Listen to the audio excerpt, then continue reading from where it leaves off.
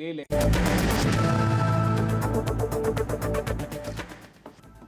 आप देख रहे हैं मिड कैप मंत्रा और अब बात करेंगे नतीजों की। बायोकॉन के सब्सिडरी सिंजन के नतीजे अच्छे रहे हैं। दूसरी तिमाही में कंपनी की आय 26% और मुनाफा 53% बढ़ा है। हालांकि मार्जिन पर थोड़ा दबाव दिखा है। नतीजों पर बातचीत करने के लिए हमारे साथ सिंजन इंटरनेशनल के सीईओ महेश भालगट मौजूद है। महेश जी नमस्कार, स्वागत है आपका। तो पहली बात तो अगर ओवरऑल नंबर्स को समझना चाहें तो जो कोविड प्रोडक्ट कंट्रीब्यूशन था लास्ट ईयर इसी क्वार्टर में वो काफी था। अगर हम इस क्वार्टर की बात करें तो एक्सपोर्ट मार्केट से स्पेशली जो कंट्रीब्यूशन रहा है वो कैसा रहा है?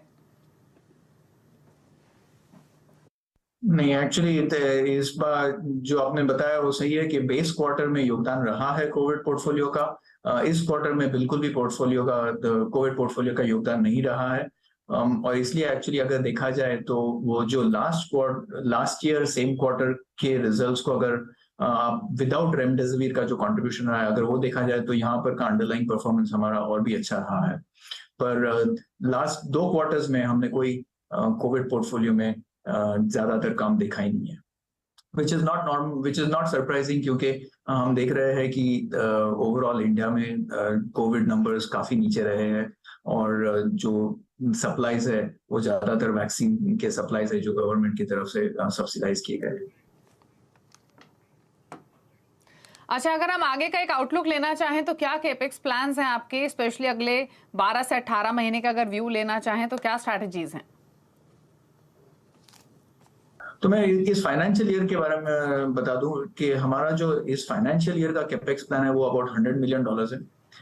उसमें से करीब करीब $30 मिलियन हमने ऑलरेडी इन्वेस्ट कर चुके हैं और जो इन्वेस्ट किया है उसमें अबाउट 50% हमने रिसर्च सर्विसेज की तरफ किया है, जो जैसे कि मैंने बताया वो कैपेसिटी जिसकी वजह से हम वो केमिस्ट्री डिमांड को पूरा कर पा रहे हैं। बाकी का 30% है वो बायोलॉजिक्स की तरफ है। बायोलॉजिक्स में भी आपने देखा है कि हमारा डिमांड काफी अच्छा है जोएटिस के कॉन्ट्रैक्ट की वजह से और बाकी भी कॉन्ट्रैक्ट की वजह से। जो rest of the capex plan है वो मोस्टली हमारे infrastructure digitisation, automation and equipment replacement उस टाइप का कैपेक्स है। तो ओवरऑल $100 मिलियन कैपेक्स है 12 मंथ्स के लिए एंड ऑन ट्रैक कि वो हम पूरा कर पाएंगे। ओके, चलिए शुक्रिया महेश जी बातचीत करने के लिए सीएनबीसी आवाज से। गुड लक आपको आने वाले क्वार्टर्स के लिए। स्टॉक अगर आप देखेंगे तो 2% नीचे कारोबार करते हुए 577 के लेवल्स पर। लेकिन आगे बढ़ेंगे, फटाफट से लेकर आते हैं आपके सामने खिलाड़ी नंबर 1 का अपडेट। इस बीच 3 खिलाड़ियों के बीच मुकाबला चल रहा है। कल विनर की अनाउंसमेंट होगी, लेकिन अब तक के रिटर्न की स्थिति एक बार आपके सामने लेकर आ जाते हैं। जो मुकाबला है वो आईडीबीआई कैपिटल के Brijesh L, market expert Amit सेठ और राजन शाह के बीच हो रहा है। फिलहाल बदलाव है अमित सेठ के पोर्टफोलियो में। भारत डायनामिक्स में इनकी खरीदारी की कॉल थी जिससे इन्होंने एग्जिट किया है 933 पर। फिलहाल 926 पर है, तो अच्छे लेवल पर इन्होंने एग्जिट किया।